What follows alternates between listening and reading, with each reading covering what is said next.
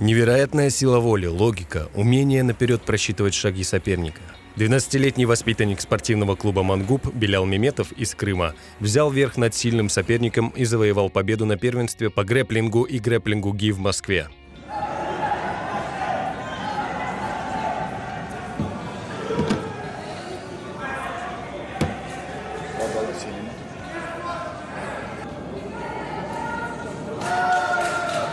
Соперник у меня был из Дагестана, он был очень сильный.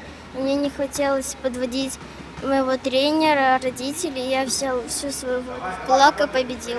Теперь я буду много тренироваться, стараться, чтобы получить на чемпионате мира тоже золотую медаль. В этом виде спорта, который по праву считается одним из самых зрелищных, Белял Меметов не так давно, но уже проявил себя очень достойно, занимая первые места в Крыму и за его пределами. Белял уже занимается у меня 2 года. За это время показал очень хороший результат, очень быстро вырос. Он становился победителем крымских турниров, первенства Крыма. Потом мы ездили в Дагестан, там себя хорошо показал. Потом мы ездили в Майкоп, там тоже первым стал.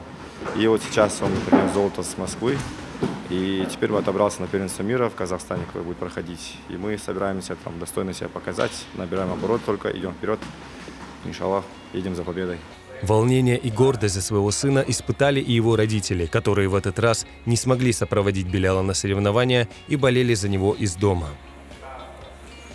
За 2 года, как только наш сын Белял тренируется в клубе «Мангуб», он показал очень хорошие результаты. Ему данный вид спорта очень нравится, и у него достаточно хорошо получается. Знаете, находясь здесь, в Крыму, мы получили весть о том, что наш Белял получил первое призовое место, получил золото. Мы были очень восхищены им.